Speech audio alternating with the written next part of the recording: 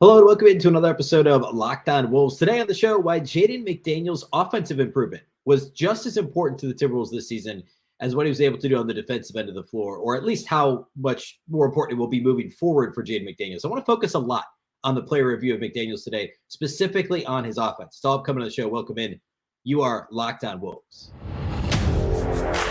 You are Locked On Timberwolves, your daily Minnesota Timberwolves podcast. Part of the Locked On Podcast Network. Your team every day.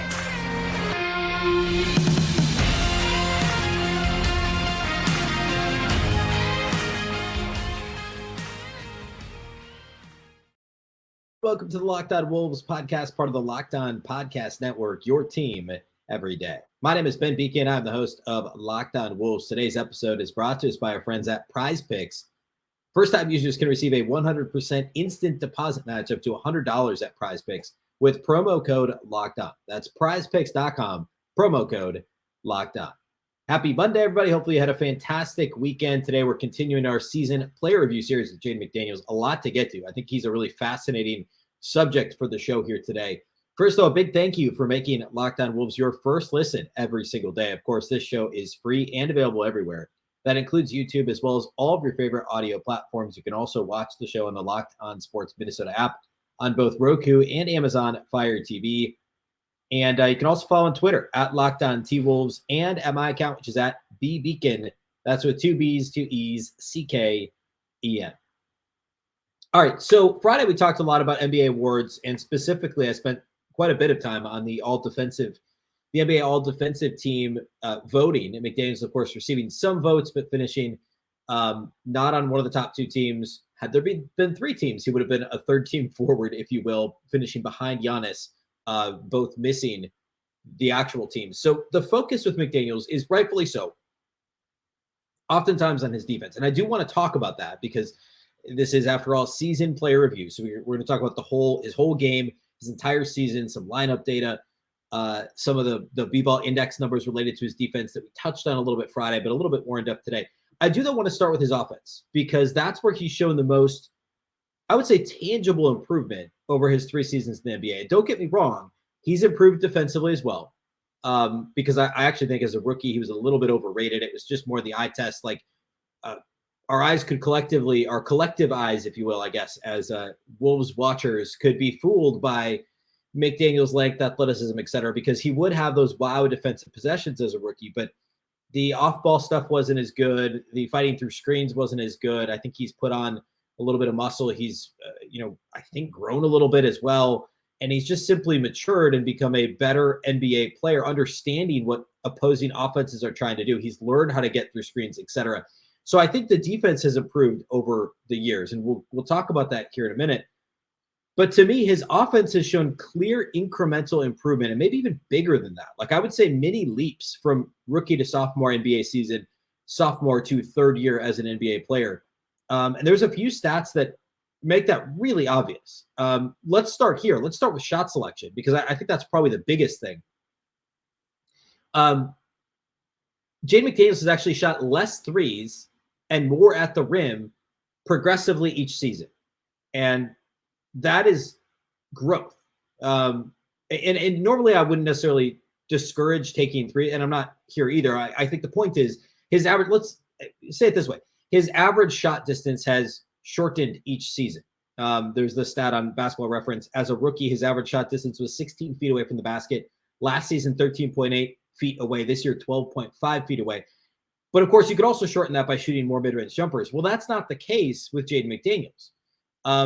The way I decided to break down these numbers are, as a rookie, he only shot 36.8% of his shots from within 10 feet of the basket. So just over a third of his shots were coming from within 10 feet of the basket. His second season, 46.2%. So basically a 10-point jump. Fine. That's good, right? And then this last year, 50.3%. So more than half of his shot attempts were coming from within 10 feet of the basket because we're seeing him put the ball on the floor, be decisive, and make a move much more quickly, again, with more decisiveness than he did his first 2 seasons in the league. As a rookie, if you recall, thinking back to how he played as a rookie, so often he would get the ball on the perimeter and he would pump fake it feels like almost every time. I bet if we went back, we watched his rookie tape of him as a rookie, he'd catch and pump fake, and then he'd either kind of like wait for the defense to get a little closer and shoot a semi-contested three, or he would pump fake and drive into, a lot of times, a much tougher mid-range jumper. And occasionally he would pump fake a second time. He'd pump fake, put the ball on the floor, get to about 19 feet, pump fake again, and then take a tough contested two and oftentimes miss it. I mean, like the numbers, let's see, what did he shoot? He shot 25% as a rookie from 16 feet to the three-point line, which that's not a good shot almost ever. But when you're making it 25% of the time, just never shoot that, right? He also shot a bunch of threes, but he shot the ball okay from deep as a rookie, 36.4%. But again, it was more just like if he didn't shoot it right away, he was going to dribble into a bad shot. He barely ever got to the rim. Only 22% of his shot attempts as a rookie, basically 23%, came at the rim. And he wasn't great when he got there either, just 69% at the rim, which isn't a great number. So we saw growth incrementally in his second season, and then another nice mini leap, I would call it, this year. Again, more than half of his shot attempts coming from within 10 feet of the rim. Well, the three-point rate was down to, to 37.6%. And what I mean by that, not three-point percentage, but the rate. So that means a little more than a third of his shot attempts were coming from three-point range. But the percentage was so much better. He was 39.8% from three, and he was above 40% for much of the season. He shot a little more than half of his threes from the corners instead of all the above the break threes that he was shooting as a rookie. By the way, only a third of his three-point attempts as a rookie came from the corners. This year, more than half of them, almost 51%. He shot 42% from the corners, and again, 39.8% overall from deep. But the number of three-pointers he shot was down because he was putting the ball on the floor, creating more. We saw the free throw rate come up to where it needs to be. Well, not to where it needs to be. It'd be great if it got higher, but he was up over 0.2, which means that for every field goal attempt he attempts, he averages 0.2 free throw attempts. So another way of saying that would be for every five field goal attempts, he gets a free throw attempt. His attempts per game, 2.8 free throw attempts per game, up from 1.9 last season and 1.4 as a rookie. So every single statistic virtually points to better shot selection, more shots at the rim, more free throw attempts, less threes, but he's not shooting less threes because he's shooting more mid-range jumpers. He's shooting less threes because he's getting into the paint more often, and he's drawing fouls more often, and he's being smarter with the shot selection. The percentage of shots he's taking from the mid-range is coming down, and that is a good thing. And his shooting percentage from outside the arc is up, and that's a good thing because he's shooting more from the corners. He's simply been a better shooter. Another way to look at this, his catch and shoot numbers. Catch and shoot numbers for Jaden McDaniels, it was actually pretty good on threes as a rookie. Again, he was like almost 37% overall. He was also 36.8% on catch and shoot threes. Last season, though, his sophomore year in the league, 31.5% on catch and shoot threes. 31.5%. He was all the way up to 38.6% this year on catch and shoot threes, which is a phenomenal number. You look at the Wolves overall, and I talked pretty extensively at the trade deadline about how good Mike Conley is in catch and shoot threes. And that's the case, by the way. Mike Conley, after the trade, 46.3% of catch and shoot threes after the trade. I was talking about the numbers before the trade, how much better catch and shoot he was than D'Angelo Russell on three-pointers. After the trade, Mike Conley was 46%. He was best on the team. Kyle Anderson was next, and Anthony Edwards, Dorian Prince. Going down the line. Jaden McDaniels, though, 39% on catch and shoot threes this year. I'm sorry. That was not 49%. Not 39%. He was better than that. 38.6%. So I guess slightly worse than that. 38.6% on threes. I sorted by field goal percentage, not 3-point. It doesn't change the point I made a second ago, though. Mike Conley is still 46.2% on threes. So that number is still phenomenal. And then Edwards, Anderson, Prince.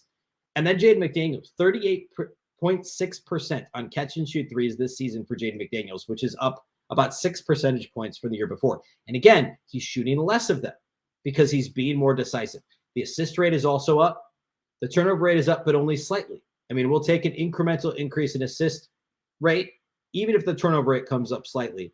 But across the board, the offensive numbers continue to improve. And that is where so many of the metrics and so many of the advanced metrics, the advanced stats, love the improvement that McDaniels has made. I want to dig a bit more into that. Then we'll get to lineup data, and then we'll get to defense. We're going to do all that here next. Today's episode of Locked On Wolves is brought to us by our friends over at Prize Picks. Every day of the NBA playoffs and all the way into the finals, one Prize Picks user will win a chance at becoming a millionaire. One entry placed after 8 a.m. Eastern, that's 7 a.m. Central, will be randomly selected each day. Whoever placed that entry will be given a 6-pick flex with the following payouts. 6 correct picks gets $1 million. 5 correct picks, $80,000. 4 correct picks, $16,000. Full details can be found at prizepicks.com/million. You must opt in at that link, prizepicks.com/million, to be eligible for the $1 million entry. Once you opt in, all you have to do is play the game like normal, and you could be the lucky winner. If you're not familiar with Prize Picks, it's really easy to play. You just pick 2 to 6 players, and if they'll score more or less than their Prize Picks projection, you can win up to 25 times your money on any entry. You're not competing against other people either. It's just you versus the projections available, and it's really any sport. So, of course, the NBA, but also MLB, NHL playoffs ongoing, college sports. We get into football this fall. Any sport, you can find it at Prize Picks. Download the Prize Picks app or go to prizepicks.com to sign up and play daily fantasy sports. First-time users can receive a 100% instant deposit match up to $100 with your promo code Locked On. If you deposit $100, they'll give you $100. If you deposit $50, they'll give you $50. Don't forget to enter the promo code Locked On at sign up for an instant deposit match up to $100. A big thank you once again for making Locked On Wolves your first listen every day. Of course, everydayers, we continue the player review series. On Tuesday, we'll do Karl-Anthony Towns. Wednesday, we'll do Anthony Edwards. Later this week, I believe it'll be Friday's show. We got a big national basketball analyst on the show. We'll record that later this week, so I'll announce it once we're all set to go. But plan on that for Friday, a nice national perspective on the Wolves. So get excited for that here later this week. All right, let's talk about Jaden McDaniels. Put a bow on the offensive conversation, then transition into lineup data and some defensive talk. I mentioned a moment ago, the assist rate is up. He was just 6.1% assist rate last year, 8.4% this year. Not like an astronomical number. In fact, still lower than you'd like it to be. But consider he was your 4th option offensively this year. And it's still an improvement, right? I mean, you still had like Naz Reid and Taurean Prince and Austin Rivers, guys like that had higher assist rates. Nickeil Alexander-Walker, for instance, much smaller sample with him in a Wolves uniform. But it's still an improvement. And the turnover rate is still very manageable. It's just 12.6%. And, I mean, you're still talking about a guy who's seen his usage rate increase, again, incrementally, only 15.8%, up a half percentage point from the year before. But if we're seeing the usage rate increase, it's not surprising to see the turnover rate increase. And it's great to also see the assist rate increase, to see the free throw rate increase, to see the true shooting percentage increase, to see the effective field goal percentage increase, because again, he's shooting the ball better from everywhere. He's making better decisions, taking better shots, making more shots. Everything about his offensive game is growing. And I know the comparison that Finch made before the season to, I think it was Scottie Pippen comparison, is crazy. But like, that's still he's not going to ever, be I don't think, the distributor that Scottie Pippen was. I mean, but like the conversation defensively, like we're not far off at this, like, honestly, I mean, remember this guy's 22. So like, I'm not saying he's there now, but like the trajectory that he's on, he could very well be one of the best defenders in the entire league next season. There's a lot of people that think it was absolute robbery he wasn't on a defensive team. And the argument I made on Friday, if you missed that show, is like, hey, if this was positionless, I think he's one of the best 10 defenders in the league. The problem is you've also got some really good other forwards that were just ahead of him. He might only be the 5th best defensive forward, but he is a top 10 defensive player in the league. He could be one of the top 2 or 3 next season. I truly believe that. The trajectory is incredible, and we'll talk about defense here in a minute. But the offensive improvement is very clear too. And like that, it's so important. Also, one more thing is that he's been a really good finisher too. And actually, let's talk about some B-ball index numbers, and we'll get into this. We're going to B-ball index more on the defensive side of things as well. But I want to highlight what he did defensively here. I lost my numbers here for a second, but what he did, or excuse me, what he did at the rim this year. And it was actually, the numbers are much better than I expected them to be in terms of his finishing at the rim. So all of his B-ball index numbers, and if you're not familiar, bball-index.com has a bunch of proprietary metrics, and they also do a good job of kind of like essentially cataloging all the other stats and catch-alls and stuff too. But his rim shot making was actually an A, according to B-ball index, 93% or 93rd percentile, excuse me, which is an A. It evaluates a player's ability to finish once at the rim with adjustments for degree of difficulty and where exactly the shots were taken from. So a 93rd percentile score, an A for rim shot making. Rim shot quality was 61st percentile, which is still a B minus. Field goal percentage at the rim, 72.31%. That's 90th percentile, grades out as an A. Many of his other finishing stats at B-Ball Index are in the B to B minus range, which is extremely acceptable for your fourth offensive option. Talking about a guy who, at the end of the year, you could argue who's the fifth, depending on how you feel about Rudy Gobert. But Karl-Anthony Towns and Anthony Edwards, in some order, are your first two. Early in the year, D'Angelo Russell was your third. And then again, with Gobert, you could argue McDaniels was your fifth option at the start of the year. Now, at the end of the year, if you say Conley's fifth, I mean, McDaniels is fourth or he's third. Either way, to get 72% field goal percentage at the rim, to get 93rd percentile rim shot making number, all those other finishing stats are so impressive for Jaden McDaniels because, again, that's not the focus. Nobody talks about the offense. And no, it wasn't super consistent, but it has consistently improved year over now his third year in the league. And that's what you're looking for. When a guy's calling card is one side of the ball, to see the other side of the ball start to raise. And no, his offense isn't where his defense is yet. But if he can be that strong supporting role player on offense, he's quickly becoming that. He immediately becomes like a borderline all-star type player. Like if we see this level of improvement again next year from Jaden McDaniels on offense, we could be talking all-star caliber player. Like I know we only average 12 points per game, and a lot of all-star is just like those counting stats, right? But if he shoots 40% from three and say he's averaging 15 or 16 points per game, which is he's improved his points per game average, again, a quick and dirty volume-based number, but essentially 3 points per game each year, 2.5 points from year 1 to year 2, 3 points from year 3 to year 4. If he goes another 3 points, call it 15 points per game and shooting 40% from three and is one of the two best perimeter defenders in the entire league, we could be talking all-star for Jaden McDaniels. Like that's not a crazy conversation to have at all. And again, the incremental offensive improvement is such a big piece of that. All right, on defense, you don't need me to tell you how good Jaden McDaniels is defensively, but let's talk about it because he continues to just be so impressive. He continues to be one of the league's best players when it comes to navigating screens. And that was something that was talked about. Actually, the Valley Sports North broadcast brought it up quite a bit. I think Cleaning the Glass had him as the best ranked. That website had him as the best ranked in terms of navigating screens. He did win the gold skill badge on B-Ball Index for being a pick dodger, which is pretty self-explanatory, but it's that. It's navigating screens.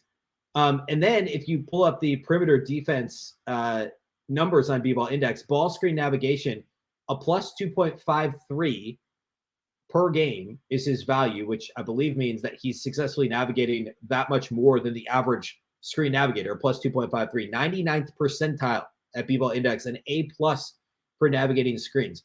No matter how you slice it, Jaden McDaniels can get around your screen. He can get through your screen. He can contest shots over your screen.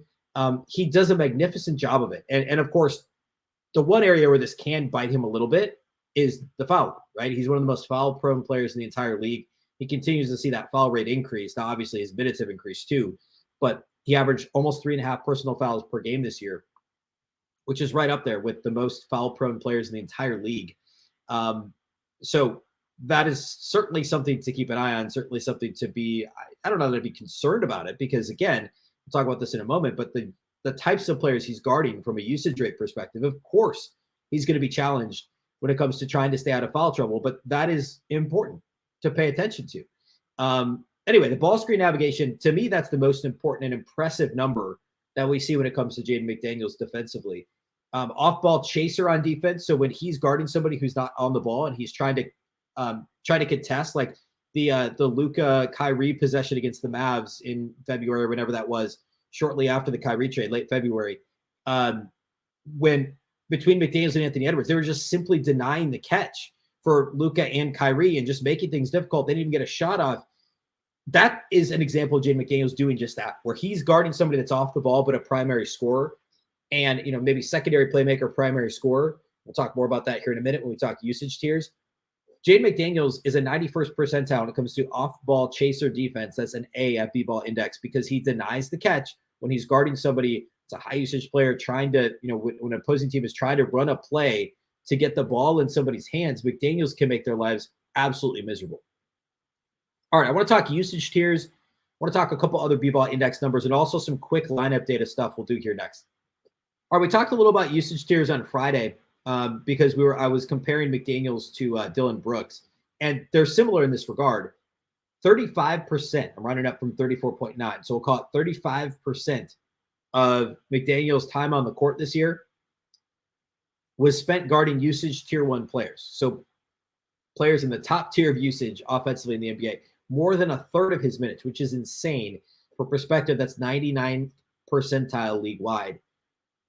And then usage tier 2, he spent 20% of his time. So a fifth of his time guarding usage tier 2 players, that's 94th percentile. So combine those two, 55% of the time, he was guarding usage tier 1 or usage tier 2 players, which is just incredible. Incredible. Another way to look at this is, well, there's a lot of different ways to break it down. The types of players he's guarding, secondary ball handlers, 19% of the time. That's 87th percentile. Now, another way to say that is you're talking about a lot of times the secondary ball handler on an opposing team is also one of their primary scorers. Shot creators, he guarded 8% of the time. That's 57th percentile. Slashers, almost 12% of the time. That's 75th percentile. He also guarded roll and cut bigs and post scorers quite a bit because of his size. I mean, Chris Finch could literally plug him on anyone 1 through 5, and he was going to be locked down for almost every 2, 3, and 4 he's guarding, and competitive, if not still very good against 1s and 5s because of his length, his increasing frame. Like he's built a little better than he was as a rookie, I think is a good way to say that. Also position defended. He didn't, this is a little weird, right? Because just the way that positions are kind of broken down. But he didn't guard any position more than 27% of the time. He guarded point guards 27% of the time, shooting guards 27% of the time, small forwards 20% of the time, power forwards 16%, and centers about 9% of the time. So he spent a little more than 53% of his time guarding guards this season. Again, positional definition can be a little bit wonky, but it's a good example, a good snapshot of what he was doing on the defensive end of the floor. Areas for improvement for him, obviously, continue to improve offensive shot selection, continue to improve consistency in terms of not fouling, and then making sure that 31% to 39, almost 40% three-point shooting was not fluky. Like, it may not be 39% again, it may not be 40%, but if it's 38%, like, it needs to be closer to that 40% number than that 30% number, obviously. That kind of goes without saying. But the shooting consistency and the continued improvement in terms of offensive decision-making, shot-making overall, distributing for teammates, all needs to improve continually for Jaden McDaniels for him to take that next step. And to be clear, like we'll talk about Ant later this week, the improvement that McDaniels has made year over year, to me, is more obvious than Ant's improvement. Like, absolutely, Anthony Edwards is better than he was as a rookie. But his lapses are more obvious, and his down nights are more obvious, usually, in part because he's got the ball in his hands so much more often. But what McDaniels has done is he's basically transformed what he does on the offensive end of the floor from his rookie year to his third year. And he's continued to get better defensively. When he was good to start with, and he's great now on defense. So not that that's necessarily fair entirely to Ant because the expectations and, ball in his hands a lot and the whole thing. But I think it's important to point out that the McDaniels improvement to me has been more tangible than the Ant improvement over the last 3 seasons. All right, the last thing, lineup data. Actually was not able to glean a whole lot from this like I was with some other players. Like all the 2-man lineups to me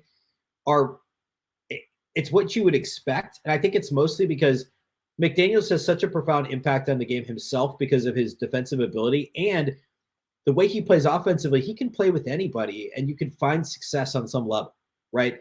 It's not like, like D'Lo is a good example of somebody who could really only play with certain lineups or he'd get blown up defensively and his offense wouldn't be as effective. We've seen this with Gobert, can only play with certain ball handlers to really make him impactful offensively. McDaniels, because he's more of a catch and shoot, cutter, like